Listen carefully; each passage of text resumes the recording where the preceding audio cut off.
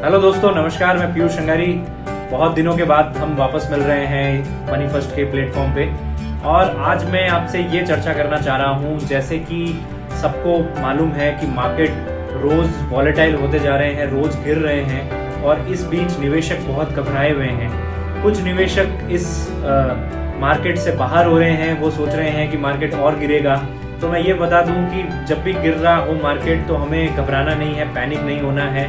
हमें उस वक्त और बाय करने की ज़रूरत होती है। जैसा कि एक एग्जांपल से बताऊं, जब भी सोना गिरता है, गोल्ड गिरता है, तो आप अपने घर का गोल्ड बेचने नहीं निकल जाते हैं। आप उस वक्त और गोल्ड खरीदते हैं अगर आपको गोल्ड खरीदना है उस वक्त। तो बेसिकली मार्केट भी ऐसा ही है, कभी गिरता है कभी चढ़ता है। एक सीधी लाइन पे कभी मार्केट चल नहीं सकता है। पहले भी ऐसा हुआ है, कोविड आया तो भी गिरा, उससे पहले ब्रेक्जिट हुआ, उससे पहले लेमन ब्रदर क्राइसिस हुआ, आईटी बबल हुआ, बहुत सारे वॉर्स हुए इससे पहले भी। ऐसा नहीं है कि पहला वॉर ही हुआ है रशिया यूक्रेन के बीच, बहुत सारे वॉर पहले भी हुए हैं, मार्केट पहले भी गिरा है। लेकिन हमेशा मार्केट गिरता है, उसके बाद संभल के वापस खड़ा हो जाता है, ऊपर आ जाता है। तो बेसिकली अभी हम पहले ये 4 कारण जानेंगे कि मार्केट क्यों गिर रहा है। सबसे पहले रशिया यूक्रेन युद्ध। रशिया यूक्रेन युद्ध बहुत समय से चल रहा है और इसका कोई नतीजा निकल नहीं पा रहा है। इसके कारण रशिया यूक्रेन की मार्केट तो गिर ही रहे हैं। ग्लोबली भी ये युद्ध प्रभावित कर रहा है सभी देशों को, चाहे वो क्रूड ऑयल हो, चाहे वो दूसरी कमोडिटीज हो जो बहुत बढ़ चुकी है, उसके कारण मार्केट गिर रहा है। दूसरा कारण इन्फ्लेशन बढ़ना। भारत की इन्फ्लेशन भी बढ़ी है और पूरी दुनिया में हर देश की इन्फ्लेशन बढ़ी है। तो इन्फ्लेशन के कारण मार्केट में एक मंदी का कारण है जो इन्फ्लेशन बढ़ना है। तीसरा, इंटरेस्ट रेट्स का हाइक होना। पूरे वर्ल्ड में इंटरेस्ट रेट्स हाइक्स हो रही हैं। जैसे पिछले महीने आरबीआई ने भी इंटरेस्ट रेट हाइक करा है, 40 बेसिस पॉइंट से इंटरेस्ट रेट को बढ़ाया है और अगले महीने भी ये कहा जा रहा है कि इंटरेस्ट रेट बढ़ेगी। तो इंटरेस्ट रेट जो बढ़ती है उसका ये भी कारण है मार्केट गिरने का। और अगला कारण के बारे में अगर बात करें, ग्लोबली पूरे ग्लोबल में पूरे विश्व में जो आईटी कंपनीज हैं जो बहुत ही हाई रेट्स पे चल रही थी, जो बहुत ही प्रीमियम रेट्स पे चल रही थी, उनका एक हेल्दी करेक्शन हुआ है। वो करेक्ट हुई है अपनी जगह से, क्योंकि बहुत सारा पैसा वहाँ पे आईटी कंपनीज में डाल चुके थे, चाहे वो एफआईआईज हो चाहे डीआईज हो। और वो जब पैसा निकला तो वो शेयर्स में बहुत बड़ा गिरावट आई है।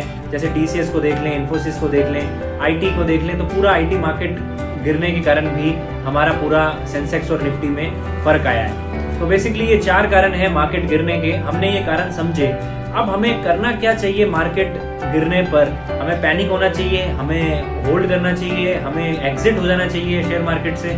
तो मैं आपको ये सुझाव दूंगा, हमेशा ऐसे कारण आते ही गए हैं, चाहे कोई भी कारण हो, चाहे युद्ध हो, चाहे कोई भी स्थिति हो, मार्केट गिरते भी हैं, मार्केट संभलते भी हैं। इस बीच हमें ये करना चाहिए कि हमें अगर आपके पास एक्स्ट्रा पैसा है, आपके पास सरप्लस पैसा है, तो हमें इस वक्त इन्वेस्टमेंट करना चाहिए अच्छी कंपनीज में। ये एक अच्छा मौका है। फंड मैनेजर्स और जो बहुत सालों से जिनका बहुत तजुर्बा है इस मार्केट में, वो ऐसे मौकों का इंतजार करते हैं और ऐसे मौकों पर वो अपना पैसा डालते हैं और जब मार्केट बढ़ता है तब वो अच्छा मुनाफा कमाते हैं। तो हमें भी यही करना चाहिए।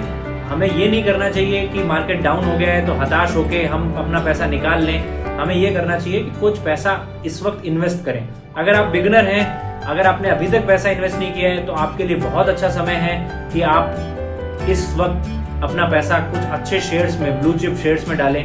या आप शेयर मार्केट में नहीं जाना चाहते हैं तो म्यूचुअल फंड्स की तरफ आएं। म्यूचुअल फंड्स में आपको फंड मैनेजर मिलता है, आपका कोई हेडेक नहीं रहता है कि कौन सा शेयर में कब निवेश करना है, कितना निवेश करना है, कब एग्जिट होना है। वो सब काम फंड मैनेजर करेगा आपके लिए।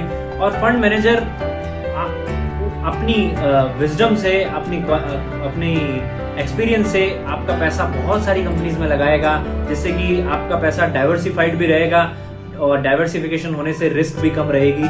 और आपका पैसा इस वक्त मार्केट में निवेश होगा जब मार्केट नीचे है।